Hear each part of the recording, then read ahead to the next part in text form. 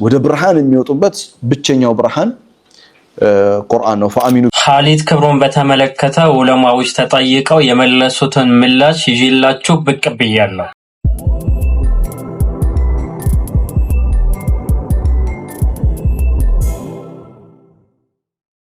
ብስሚላህ አልሐምዱሊላህ ወሰላቱ ወሰላሙ አላ ረሱሊላህ ወአላ አሊሂ ወሰህቢሂ ወመንዋላ። ውድና የተከበራችሁ የቻናላችን ተከታታዮች አሰላሙ አለይኩም ወራህመቱላሂ ወበረካቱ።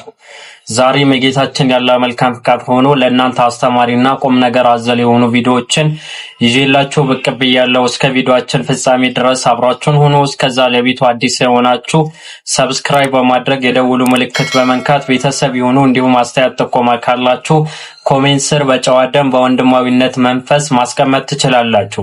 እንግዲህ ሰሞኑ አነጋጋሪ ጉዳዮች ነበሩ። ከነዚህ ጉዳዮች መካከል በዋነኝነት ኻሊድ ክብሮም ነበረ እና እሱን በተመለከተ አፍሪካ ቲቪ ላይ ተጠይቀው ማለትም ቁርአንን ለማብራራት ሌላ መጽሐፍ ሆነ ግለሰብ አያስፈልገውም ብሎ መጽሐፉ ላይ አስፍሮ ነበረ። ግልጽ የሆነና የማያሻማ አማርኛ ነው። አማርኛ ማንበብ የሚችል ሰው አንብቦ የሚረዳውን ነገር ነው ኻሊድ ክብሮም መጽሐፉ ላይ ያስቀመጠው። ያን በተመለከተ እንግዲህ አፍሪካ ቲቪ ላይ ተጠይቀው እንዲህ ብለው መልሰዋል። እንግዲህ እንስማቸው እስቲ። ዑለማዎች በየአካባቢው እያስተማሩ ባሉበት ቁርአን ማብራሪያ ያስፈልገውም ይባላል። ቁርአን እንግዲህ ማብራሪያ አያስፈልገውም አይባልም። ዑለማዎች በየቦታ እያስተማሩ እያሉ አለ። ልክ ነው። እንደዛ ካልሆነማ ዑለማ ለምን ያስፈልጋል? ለምን ኡስታዝ ያስፈልጋል? ሁሉም ቁርአን ማንበብ ከቻለ በራሱን አረዳድ፣ በራሱን ግንዛቤ፣ በራሱን እይታ ቁርአንን መረዳት ይችላል ስላልከ ማለት ነው ኻሊድ ክብሮም ማለት ነው።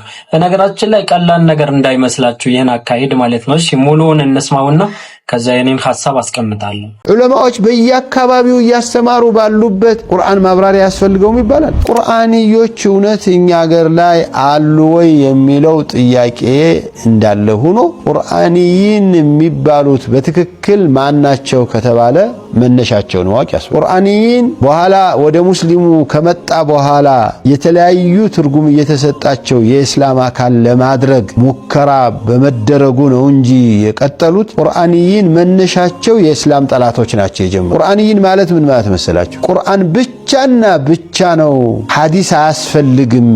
ማፈረጥና ፊል ኪታቢ ሚን ሸይ፣ በቁርአን ውስጥ አስፈላጊ የሆነን ነገር ያልተናገርነው የለም ብሏልና ከቁርአን ውጭ ያለ የረሱል ሰለላሁ ዐለይሂ ወሰለም ተግባራቸውም ሆነ ንግግራቸውም ሆነ አይተው ዝም ማለታቸውም ሆነ አያስፈልገንም የሚል አባባል ነው። የነብዩን ብቻ እንዳይመስል የሌሎች ነብያቶችንም ስራ አልፈልግም ነው። ቁርአን ላይ ብቻ ነው የሚለው። ሁለት ነው ምክንያቱ። አንዳንዱ ይሄ ቁርአን ብቻ ነው የሚለው ሰውዬ መስሎት ነው ከቁርአን ውጭ ያለ መመሪያ ያስቸግረኛል አይገባኝም ብሎ ተቸግሮ በቁርአን ብቻ የሚብቃቃ መስሎት ነው። ለዚህ አይነት ይሄ ችግር ላለበት ሰው አንድ ጥያቄ መስጠት፣ ሶላት እንዴት ነው የምትሰግደው? ውዱ እንዴት ነው የምታደርግ? እስቲንጃም እንዴት ነው የምታደርገው? ጀናባ እንዴት ነው የምትታጠበው ብሎ መጠየቅ። ቁርአን ላይ የዚህን ዝርዝር አያገኝም። ሁለተኛው ችግር ያለው ማን ነው? አውቆ የሚሟገት ነው። እሱማ እስላምን ለማስጠላት እኮ ነው። የቁርአንን መልእክት ሊቱበይነ ሊናስ ማ ኑዚለ ኢለይሂም የተባለውን የረሱሉን ዐለይሂ ሰላቱ ወሰላም አስተምሮት ከማህበረሰቡ ጋር ለማጋጨት ለማጣላት። ሁለቱም ዜሮዎች ነው። ቁርአን ያለ ሱና በፍጹም አይሆንም። ሊቱበይነ ሊናስ እንደውም እኮ ነብይ አለይሂ ሰላቱ ወሰላም ቁርአንና ቁርአንን የሚመስል ተሰጥቶኛል ነው እኮ ያሉት። ኡቲቱል ቁርአነ ወሚስለሁ መዐሁ። እንደውም አንዳንድ ሪዋያ ላይ ወሚስለሁ መዐሁ። ቁርአንን የሚመስል አንድ አይደለም ሁለት ጊዜ ቁርአንን የሚመስል ተሰጥቶኛል ነው። እነዚህ ሰዎች ትልቁ ችግራቸው ሼኽ መሆን ፈለጉ። ሐዲስ ትምህርት በጣም ከባድ ነው። የፈለጉትን ከኪስ ያገኙትን በሙሉ ሐዲስ ነው ብለው እንዳያወሩ የሐዲስ ምሁራን በወስፈንጠር ነው የሚይዟቸው፣ ለቅመው ነው የሚያወጧቸው። ስለዚህ ቁርአን ብቻ ነው ብለን እንቀጥላሉ። ቁርአንን ብቻ አስተምራለሁ የሚለውን ሰውዬ ቁጭ አድርጋችሁ በቁርአን ውስጥ ሶላት እንዴት ነው የሚተነተነው? ዘካ እንዴት ነው የሚወጣው? ዘካተል ማል የወርቅና የብር ዘካ እንዴት ነው ለይተን የምናውቀው? አንድ ነው ወይ በሉት። ጤፍና ባቄላ አንድ ነው ወይ ብላችሁ ጠይቁ። ከብትና በግ ፍየልና ግመል አንድ ነው ወይ? ይሄ እኮ ጅልነት እኮ ነው። አይናችሁን ጨፍኑና ላሙኛችሁ እንደማለት እኮ ነው ይሄ። አሁን ኢስላም ተስፋፍቶ ተንሰራፍቶ ዑለማዎች በየአካባቢው እያስተማሩ ባሉበት ቁርአን ማብራሪያ ያስፈልገውም ይባላል። ነብዩና አለይሂ ሰላቱ ወሰለም ሊቱበይነ ሊናስ ነው እኮ ሶሉ ከማ ረአይቱሙኒ ኡሰሊ እኮ ነው የሚሉ። እኔ ስሰግድ እንዳያችሁኝ ነው መስገድ ያለባችሁ እኮ ነው። የነብዩ አለይሂ ሰላቱ ወሰለም ሐዲስ ብቻ መሰላችሁ የሚያስፈልገው? የሱሐባዎች ማብራሪያ ያስፈልጋል። የሱሐባዎች ብቻ መሰላችሁ? ከዚያ ወዲህ ያሉትም እስካሁን ድረስ ያሉትም ዑለማዎች መሰረታዊ ህጎችን ጠብቀው ቁርአንና ሐዲስን መሰረት ሳይለቁ የሚሰጧቸው ማብራሪያዎች የኢስላም አካሎች ናቸው። ዑለማ አሊም የሚባልን አካል እንዲህ ወጥቶ ሲያወራ በጣም ደስ ይላል። እንግዲህ የተናገሩትን ሰምታችሁታል። ሁላችንም የምንስማማበት ነጥብ ነው። ዑለማዎች የእውቀት ባለቤቶች ወጣችሁ ይህን ነገር በጊዜው ረድ ካልሰጣችሁት በርካታ ሰዎች እዚህ በተሳሳተ አስተምሮት እንደሚጣሙ ምንም ጥርጥር የለኝም። ምክንያቱም ይህን ያልኳቸው ምክንያት እንግዲህ በተጨማሪ ኻሊድ ክብሩ መጽሐፉ ላይ ገጽ 17 ላይ እንዲህ የሚል ነገር አስፍረዋል። ይህ አዲስ ነው። ምን እንደሚል ነገራችሁ ቴሌግራም ላይ ጽፌበት ነበረ። ቴሌግራም የሌላችሁ ቴሌግራም ተቀላቀሉ። በዚህ ልክ ንጽጽርና አንዳንድ ጉዳዮች ላይ እጽፋለሁ። እንዲህ በማለት ይናገራል። ብቻ ያሰመርኩበትን ተመልከቱ። በአላሁ ሱብሓነሁ ወተዓላ መንገድ መታገል ማለት ለእስልምና መጋደል ማለት አይደለም ይላል። ሱብሓነሁ ወተዓላ መንገድ መታገል ማለት መጋደል ማለት አይደለም ማለት መታገል መጋደል ነው። ጌታችን አላሁ ሱብሓነሁ ወተዓላ ሁከትን እስከሚተው ድረስ ዲንን ለአላህ እስከሚሆን ድረስ ተዋጓቸው ብለዋል። ይህን መዋጋት ደግሞ ለምንድን ነው? ለእስልምና ነው። የተለያዩ ተፍሲሮችን መመልከት እንችላለን። ለምሳሌ ሱረቱል በቀራ ምዕራፍ 2 አንቀጽ 193 ላይ ኢብኑ ከሲር፣ አጠበሪ፣ ሌሎችም የተፍሲር ሊቃውንቶች ቁርጡቢን ጭምር ያስቀመጡትን መመልከት ይቻላል። ኢቭን ሐዲስ ራሱ አለ። በዚህ ብርሃን አማካኝነት ሰዎች ከምን ይወጣሉ ማለት ነው? ከድቅድቅ from deep darkness ከድቅድቅ ጨለማ፣ ከጥልቁ ጨለማ፣ ካስተሳሰብ ጨለማ ነፃ የሚወጡበት ወደ ብርሃን የሚወጡበት ብቸኛው ብርሃን ቁርአን ነው።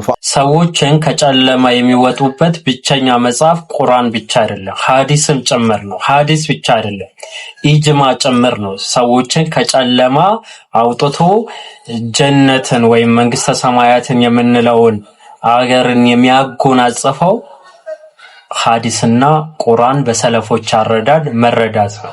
ቁርአንን ብቻ ተረድቼ ጀነትን እገባለሁ ማለት ዘበት ነው ወንድምና እህቶች። ምክንያቱም ለምሳሌ የሐጅ አፈጻጸሙ፣ ስርዓቱ፣ ደንቡ ቁርአን ላይ በጥቅሉ ነው የተቀመጠው። በዝርዝር ሁኔታ የምታገኙት የት ነው? ሐዲስ ውስጥ ነው። ልክ እንደዛው ስለ ሰላትም ሰላት እንዴት መስገድን እንዳለብን የተናገሩት ያስተማሩት መልእክተኛው አለይሂ ሰላቱ ወሰላም ናቸው። እንግዲህ ሰላት ሰዎች በህይወታቸው ውስጥ በ24 ሰዓት ውስጥ ደጋግመው የሚፈጽሙት ኢባዳ ነው። ይህን ኢባዳ ደግሞ በጥቅላዊ ሁኔታ የምታገኙት ቁርአን ላይ፣ በዝርዝር ሁኔታ የምታገኙት ደግሞ ሐዲስ ላይ። ታዲያ ብቸኛው መጽሐፍ ሲባል ይህን አስተሳሰብ የቁርአንዮች ማለትም ቁርአን የካዱ ሰዎች፣ በነገራችን ላይ ቁርአንን የካዱ የመልእክተኛው አለይሂ ሰላቱ ወሰላም ሱናን አልቀበልም ያሉ ግለሰቦች አስተሳሰብ ካልሆነ የማን አስተሳሰብ ነው? ሰላት ኢባዳ አይደለም ብሎ በግልጽ ተናግረዋል። መጽሐፉን ስናመጣ ምናልባት እናንተ እንዲህ ወደ ኢባዳ መዳረሻ ነው ምናምን ነገር ብሎ ይናገራል። ሪሊ ዒባዳ ማለት አምልኮ ማለት አይደለም። አምልኮ ስርዓትና ዒባዳ የተለያዩ ነገሮች ናቸው። ዒባዳ ማለት ምን ማለት ነው? ሰው የትም ቦታ መሄድ የለበትም የዒባዳን ትርጓሜ ለማግኘት። ኻሊድ አይደለም የተረጎመው ወይም ፉላን አይደለም ወይም የሆነ መጽሐፍ አይደለም ያብራራው። ዒባዳ ምን ማለት ነው የሚለውን መጀመሪያ ቋንቋ ነው የሚያብራራው። በቋንቋ መነጽር ዒባዳ ማለት ምን ማለት ነው? አንድ ሁለተኛ ዒባዳን ቁርአን እንዴት ይመለከተዋል? ዒባዳ ምን ማለት ነው? የመጀመሪያ የምናብራራው ከምን አንጻር ይሆናል? ሰላት ኢባዳ አይደለም ብሎ ሲናገር በነገራችን ላይ ቪዲዮ ጨምራለ እና እነዛ ቪዲዮዎችን መመልከት ትችላላችሁ። በጽሁፍ ብቻ አይደለም። ሰላት ኢባዳ አይደለም ወደ ኢባዳ የምንደርስበት መንገድ ነው እያለ አንድ ዑለማ ያላስተማረ አንድን ማለት ነው። ጸሎት እኮ ኢባዳ ነው። አላህ እኮ ጌታችሁ ለምኑኝ እሰጣችኋለሁ ለጌታችሁ ማለት ለምኑኝ ይቀበላችኋለሁ። በርካታ የቁርአን አያዎች አሉ። እንዲሁም መልእክተኛው አለይሂ ሰላቱ ወሰላም ዱዓ ኢባዳ ነው ብለዋል። እነዚህና መሰል መረጃዎች እያሉ እሱ ግን ሌላ ፍልስፍና ውስጥ ነው የሚገባው። መውሊድ አክባሪዎች ነብዩ አለይሂ ሰላቱ ወሰላም ዘመን እኮ ማይክሮፎን አልነበረም፣ ስለዚህ ማይክሮፎን ኢባዳ ምንድነው ቢዳ ነው ይላሉ። ኖ እንደዛ አይደለም። ወደ ኢባዳ የሚያደርስ ነገር ነው እንጂ በግሉ ኢባዳ ተደርጎ የተያዘ ነገር አይደለም እንላለን። ልክ ኻሊድ ክብሮምም ደግሞ እያለ ያለው ይህ ነው። ወደ ኢባዳ የሚያዳርሰን ነገር ነው። ወደ የትኛው ኢባዳ ነው የሚያዳርስ? እስቲ ንገረን። ኢባዳን እየፈጸመክ ወደ የትኛው ኢባዳ ነው የሚያደርስ? ወደ የትኛው? ስለ ነስኽ ራሱ አያውቅም። ተፍሲር የሚያስቀራ ሰው እንግዲህ አላህ አንድን አያ አውርዶ ያን አያ በሌላ አያ ይሽራል ወይም ይቀይረዋል። ግን ኻሊድ ክብሮም ግን እነዚህ ቁርአን የካዱ ሰዎችን ነስኽን በተመለከተ አንቀበልም ነው የሚሉት። እሱ ግን እንዲህ በማለት ይናገራል። እስቲ እንስማው። በዚህ መጽሐፍ ውስጥ ያሉ ግን ስርዓቶች በዘመን መቀያየር፣ በሰው ልጆች ላይፍ ስታይል መቀያየር አማካኝነት የሚቀየሩ አይደሉም። ለዘመናት ምንድናቸው? ጽኑ ናቸው። ምኑ? እሴቱ፣ ስርዓቱ፣ አስተምሮቱ። እንግዲህ በተከበረው ቁርአን ላይ በያዘው ላይ አሁን ላይ የማናደርጋቸው ነስኽ የተደረጉ የቁርአን አያዎች አሉ። በቃ ይህን የማታከውነ ተማር። አያችሁ ተፍሲር ቀላል አይደለም የምንለው ለዚህ ነው። ዑለማዎች በጣም ብዙ ሸርጥ ነው የሚያስቀምጡት አንድ ሰው የተፍሲርን አስተምሮትን ለማስተማር። ለኩልሃል ወንድምና እህቶች እባካችሁ ከእንዲህ አይነትን አስተምሮት ራቁ። አንዳንዶች ደግሞ በጣም ሰልጥነናል የሚሉ ሰዎች የናንተ አይምሮ የኻሊድን አስተምሮ ስለማይገባው ነው፣ የሱ በጣም ምጹቅ ስለሆነ ነው ይሉናል። ሪሊ እውነታችሁ ነው። በጣም ነው እንዲህ ሌቭላችሁ ከፍ ያለው የናንተ የመረዳትን ትልቅነትን የሚያሳይ ሐዲስን ማስተባበል ነው። ይህን ሲሉ ሲጽፉ እኔ ላይም ሲያላግጡ ስላየው ነው፣ ስፔሻሊ ፌስቡክ ላይ። በዚህ አጋጣሚ አላህን አመሰግነዋለሁ። አላህን በኢኽላስ ስራችን ይቀበለው። በጣም ተደራሽነት አግኝቷል። ይሄ ኻሊድ ላይ የሰራ ነው ቪዲዮ። ብዙዎችም እንዲነቁ ሆነዋል። በርካታ 2 ተማሪዎችን ተመልሰዋል። በነገራችን ላይ በዚህ አጋጣሚ ልናገር እንግዲህ ቢዝነስን አበላሽብኝ እንደማትለኝ ተስፋ አደርጋለሁ። ኻሊድ ክብሮም አላህ Subhanahu Wa Ta'ala ሁላችንም ያስተካክለን። አላኩል ያህል ለዛሬ ይህን ካልኳችሁ በሌሎች ቪዲዮዎች እስከምንገናኝ ድረስ ሲም በተመለከተ ይህን ወንድማችንን የሰራውን ቪዲዮ እስከ መጨረሻ ተመልከቱት። በጣም ጥሩ የሆኑ ፖይንቶች ስለሚያነሳ ጥሩ የሆኑ ሐሳቦችን ስለሚያንሸራሽር ነው። ብዙ ጊዜ ቪዲዮዎች ላይ መጨረሻ ላይ ማደርግላችሁ እስከ መጨረሻ ተከታተሉት። ወሰላሙ አለይኩም። በጣም ጨካኝ ነው፣ አረመኔ ነው። ምክንያቱም ቢገል በሰማይ እኮ ብዙ ነገር የሚጠብቀው አለ፣ ጥሩ ነገር ይጠብቃል እየተባለ ነው። ቢያርድ የሆነ ነገር በተከሰተ ቁጥር ሁሌ ሙስሊሞችን ገዳይ፣ አሸባሪ፣ መንግስተ ሰማያት ላይ እንዲህ ስለሚያገኙ ነው የሚሉ ሰዎች ኧረ እኛ እኮ እንዲህ አይደለንም፣ እንደዛ ቢሆንማ አንተ ገድዬ መንግስተ ሰማያት አልገባም ወይ ምናምን ብላችሁ አታብራሩ። ለምን መሰላችሁ? እነዚህ ሰዎች ውስጣቸው ላይ የታመቀ ጥላቻ አለ። ገዳይ፣ አራጅ ምናምን የሚባለው ነገር የውሸት ፕሮፓጋንዳ እንደሆነ ውስጣቸው ያውቃል። ነገር ግን ለእስልምናና ለሙስሊሞች ካላቸው ጥላቻ የተነሳ ብታስረዷቸው ራሱ ስለማይገባቸው በሚገባቸው ቋንቋ ማን ገዳይ እንደሆነ እንኳን በኢትዮጵያ ታሪክ ማሳየት አለብህ። አይደለም ሙስሊሙ ይቅርና እርስ በርስ ራሱ ስትፋጅ አልነበረም ወይ?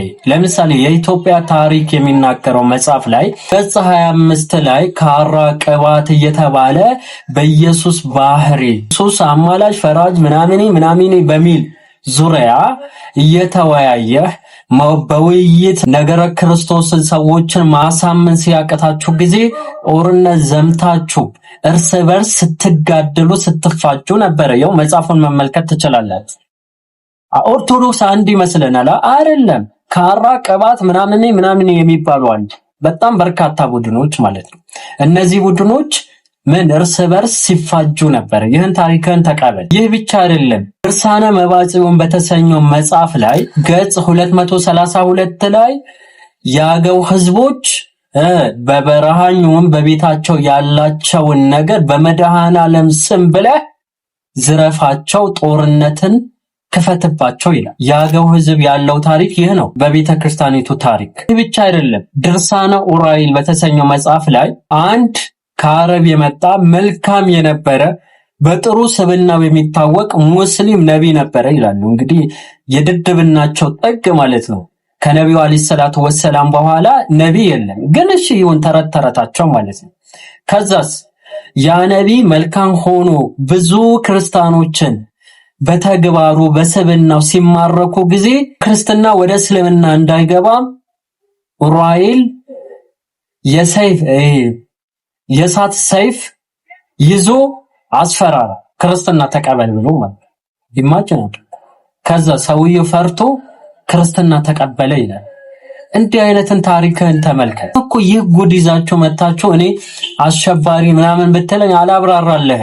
ምክንያቱም ምን እንደሆነ ታውቃለህ፣ እንዳልሆንኩ በደንብ አድርገህ ታውቃለህ። ነገር ግን ውስጥ የታመቀ ጥላቻ ስላለበት አላብራራ። እንዴ እንደዛ ከሆነማ እኔ ዘመድ አለኝ አይደለም እንዴ? አክስቶቼ ምናምን ብዙ ዘመድ አለኝ፣ ኦርቶዶክስ፣ ፕሮቴስታንት ምናምን። እንዴ የው ስራ ቦታ አጠገብ የራሱ አሁን ጀለስ አለ። ጋድርጊ መንግስተ ሰማያት አልገባም እንዴ? እንደዛ ከሆነ በእናንተ አስተሳሰብ ከሆነ ግን የጨቀየ የ8ኛውና የ12ኛ የ20ኛው ክፍለ ዘመን የውሸት ፕሮፓጋንዳችሁ በ21ኛው ሴንቸሪ አምጣታችሁ እንዲና አተበል። ለማንኛውም ግን ይህን በተመለከተ ቴሌግራም ላይ የጻፍኩት አርቲክል አለ፣ ገብታችሁ ማንበብ ትችላላችሁ። በዚህ ሊንክ ማሰላም። በጣም ጠንካራ መልእክት ነው። ምን ያህል እንዳቀዱ እኛን ለመጨረስ ዝግጁ እንደሆኑ የሚናገሩበት ክፍል ነው፣ እንመለከተዋለን። ደግሞ ማህበራዊ ሚዲያ ላይ እየጻፉ ያሉ ስለ ቤተክርስቲያን የሚጮሁ አካላትን ለቅሞ እያሰሯቸው ነው። ስለ እነሱም እናነሳለን። የተወሰነ መጠን ፓስተሮች የተናገሩት ነገር አለ፣ ሼኾችም የተናገሩት ነገር አለ። በተለይ ከግድያ ጋር ተገናኘ እናነሳዋለን። እንዳልኳችሁ ነው። ለብዙዎች ቪዲዮስ ሼር ማድረጋቸውን አትርሱ። ቢያንስ 2000 ላይክ አድርጉለት። ከዚህ እንጀምር። ምን አለበት የአክሱም ወጣት ሆኖ፣ ምን አለበት ነዋሪነት የዛ በሆነ ዛሬ ሞት ነበር ሆኖ ሞት ነበር። በአላሁ ሱብሓነሁ ወተዓላ መንገድ ላይ አንዲት ፍሬ ጠጠር እንኳን ወርውሬ፣ አንዲት ኮብልስቶን እንኳን ወርውሬ አቅሜ ድምቀን እንደውም ተደግፎ ካልሆነ በቀር ጠበቃ እያለው ቢታንያ እንዲያሰማናል። ስሙት። ከኔ ይልቅ የህግ ባለሙያው እንዲህ ሲያብራራው ጥሩ ስለሆነ አህመዲን ጀበል ኦርቶዶክሳዊ ጥላቻው መቼ ነው የሚጥሉ? ስሙልኝ። አህመዲን ጀበልና ኦርቶዶክሳዊ ጥላቻ ማብቂያቸው መቼ ነው? ሰላም ጤና ይስጥልን፣ እንደምናችሁ።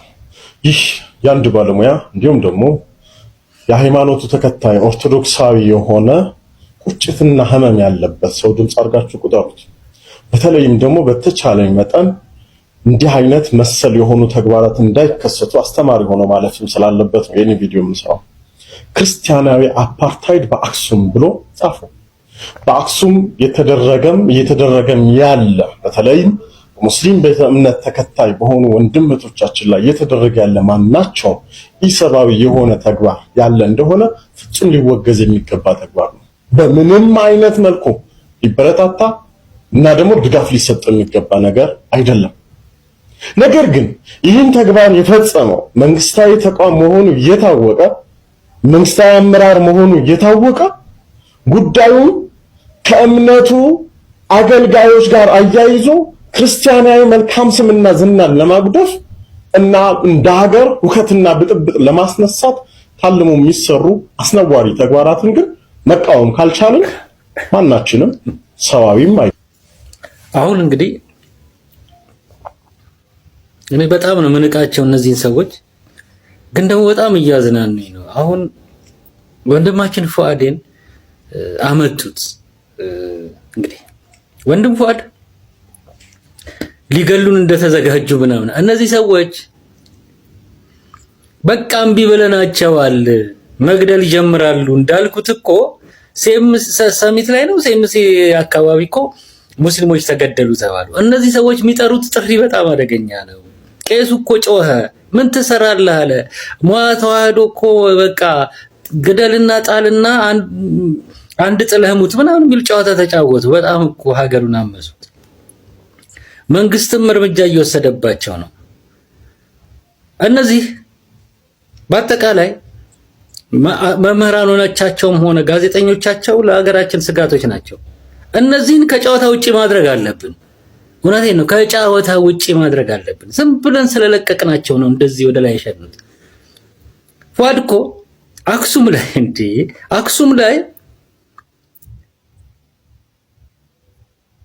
ከደሴ የሄደ ሰው አይደለም፣ ከአርባ ጉጎ የሄደ ሰው አይደለም። አክሱም ላይ ያለው የአክሱም ነዋሪ ነው።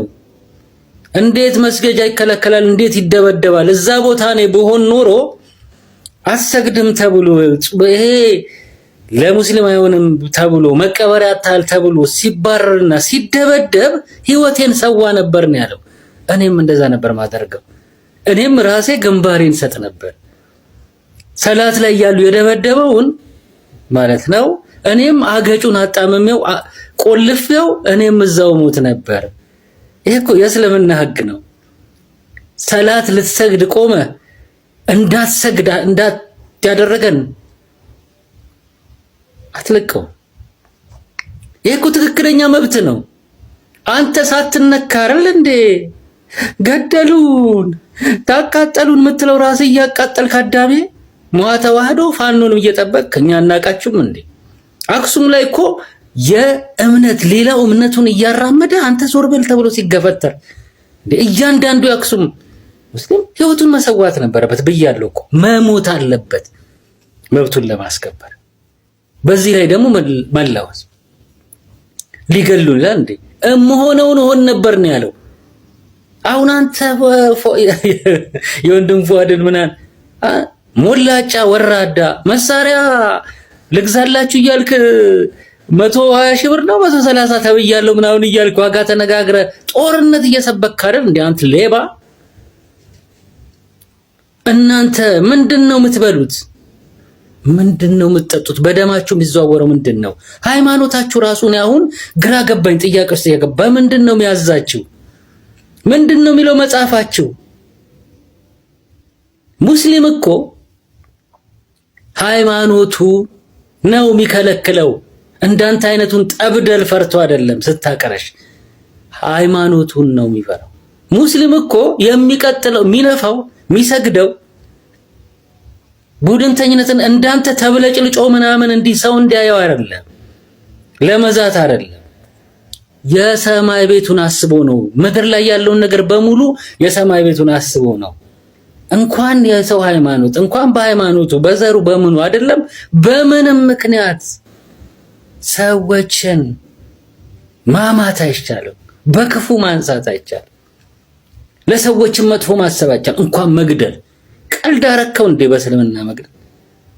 የኛ ህግ አለን በቃ። እናንተ ምንም ብትቀቡን ጭቃ ከእስልምና ልታወጡን አትችሉም። ህግ የላችሁ ብለዋል። በምንድነው የምትታዘዙት? መርህ የላችሁ።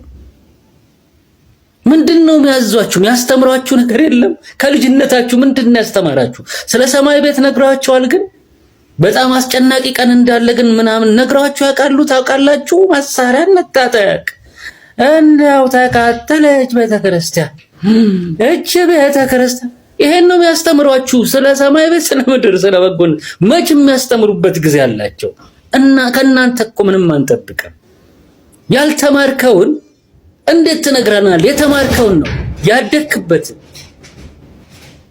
ስትማር ስትጋት ያደከውን ነው ምትረጨው፣ ያንን ነው የምትተገብረው። ጦርነት ነው የሰበኳችሁ ያስታውቃል እኮ። 30 ዓመት አለቀስን። ቤተ ክርስቲያን ማልቀስ ከጀመረች ማከለበሰች መቼ ነው? አንድ ቀን ደስ ብሏቸው አቅም ንጉሱ ከተፈጠፈጠ ጀምሮ አብረህ አልቅስ ድብ ይደልቅ። ግን ከዚህ በኋላ አንሰማችሁም። በደንብ አውቀናችኋል። የትም አትደርሱ። ደም አባህ አልቅስ፣ ግን እንድትገለን አንፈቅድልህ። እንድትገለን እድል አንሰጥህ። እንድንገለን እድል አንሰጥህ። አገራችንንም እንድታፈርስ እድል አንሰጥህ። ማዳሜ አህመዲን ጀበልን አምጥቶ አህመዲን ጀበል አፓርታይድ አለ።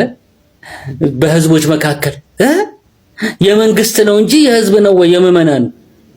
ምን አይነት ደረቆች ናችሁ ግን? ቆይ ጤነኛ ናችሁ? እውነት ቤተሰብ ትመራላችሁ? ወጣችሁ በሰና ስርዓት? እኔ በጣም ነው የሚገርመኝ። ረበለው ልብስ የሚባለው ነገር በጣም አገልጋይ መሆኑን እናንተ ላይ ነው ያየሁት። ልብስ በጣም ጥሩ ነገር ፈጣሪ የፈጠረልን ምርጥ ነገር መሆኑን እናንተ ላይ ነው ያየሁት። ልብስ ለካ ሰዎችን ይሸፍናል። አግላይነት እኮ ነው። ማን ነው ያንተን አክሱም ንጹህ ያደረገው? ማን ነው? ዝም ብለህ ታውጃለህ እንዴ? ብፁዕ ከተማ ንጹህ ከተማ የሚባል ቅድስ ከተማ የሚባል የለም። ክፎች ስለሆናችሁ የፈጠራችሁት ነው። እርጉሞች ስለሆናችሁ የተፈጠራችሁት ነው። ጥላቻ በጥላቻ የሰከራችሁ ስለሆናችሁ በሃይማኖታችሁ ስለማትተማመኑ ልበ ሙሉ አይደላችሁም። በሃይማኖታችሁ እስልምና ከተስፋፋ መጠፉ ይመስላችኋል። ሌላ አይደለም ስጋቱ፣ ትምህርቱን ትፈሩታላችሁ። በጣም ጥላቻችሁ መረን የለቀቀ ነው። ምንም ተምራችሁ ስለማታውቁ ነው። ምኑን ከምኑ ትይዙታላችሁ? ምን እንበላችሁ? እኛ በደንብ እናውቃችኋለን። ታሳፍራላችሁ። ለሀገርም ለመንግስትም ችግር ቤተክርስቲያን በጣም ነው የምታስጠሉት። ስንትና ስንት ጋሻ መሬት እዚህ በግንብ አጥሮ ሙስሊም እንኳንና ፕሮቴስታንት ነው ወይ ሌላ እንኳን የእናንተን ያክል አግኝቶ ስንት ጋሻ መሬት አገሩን ሙሉ ተቆጣጥራ የሀገሩን ሲሶ ሀብት ስትመዘብር ኖረ ቤተክርስቲያን ይላል እንዴ? ምንም አላለም ህዝቡ። በእውነት በእናንተ ምክንያት በንጉሱና እናንተ የእናንተ ቀሳውስቶች የፈጸሙትን ነገር እንኳን በቂ አልያዘም እንዴ? ምን አይነት ሰዎች ናቸው? አህመድን ጀበል እንደሞ አንተ ትጠራዋለህ እንዴ? ብትቷም ከአህመድ እንዴት አቅማችሁን አታውቁም እንዴ? አቅማት ጠበቃው የህግ እንትኑ ቢናገር ይሻላል። ፊሽካ እኔ ለእናንተ እኮ ክብር ያለው ንግግር ራሱ መናገር አልፈልግም። አይገባችሁ። እንደ ጋዜጠኛ እንደ ሚዲያ ሰው እንደዚህ ለእናንተ ይሄ አይገባችሁ። ክብር አይገባችሁ። እንዴት እናንተ ክብር ይገባችኋል እንዴ? ባለጌዎች ናችሁ እኮ ከድማችሁ እኩል ማታስቡ ናችሁ። እንጭጮች ናችሁ እንዴ? ትክክል አይደለም አህመድን ጀበል የተናገረው።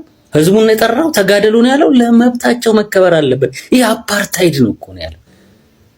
እናንተ የፈለፈላችኋቸው እየወጡ አይደል እንዴት መስቀሉን የእንጨቱን የብረቱን እያደረገ እየመጣ ደረቱን ገልብጦ አክሱም ላይ ሄድና መካሰራ። አክሱም ላይ መንግስት ነው እዚህ ሲለፋደድ የዋለው ከእናንተን ጨምሮ መንግስት ነው? የትግራይ መንግስት ነው ወይስ ማን ነው? እኛ እናቃችሁም። እናንተ በጣም ብልጦች፣ እኛ ሞኞች ከነ ምናምናችሁ እናቃችኋለን።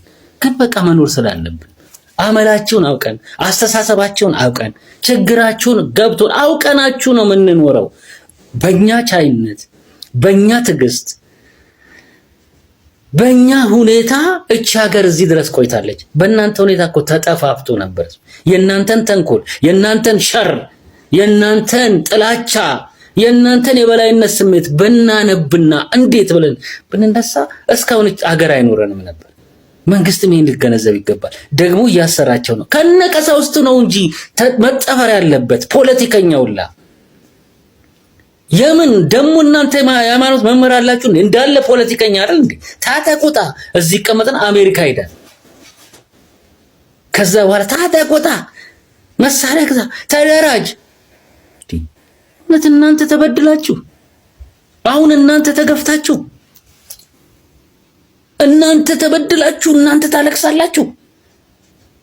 ኦርቶዶክስ ተበድሎ፣ ሃይማኖታችሁ ተበድሎ፣ ሃይማኖተኛው ተረግጦ ተገፍቶ እናንተ ታለቅሳላችሁ በዚህ ሀገር ላይ። በእውነት መንግስት ትዕግስት ማድረግ የለበትም።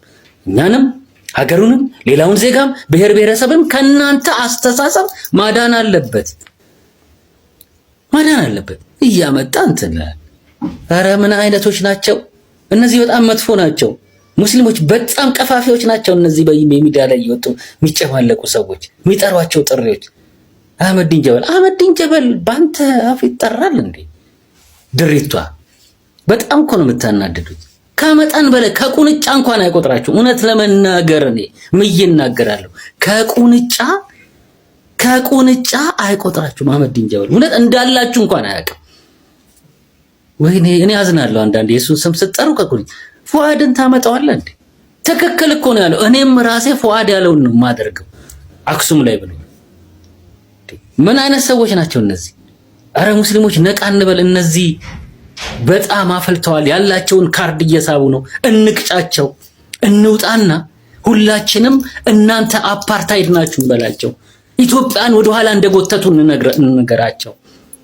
በጥላቻ እንደሰከሩ እንነግራቸው። 87% በሃይማኖት ስር ከነ ዳቆን ቄሱ ፖለቲከኞች መሆናቸውን እንንገራቸው።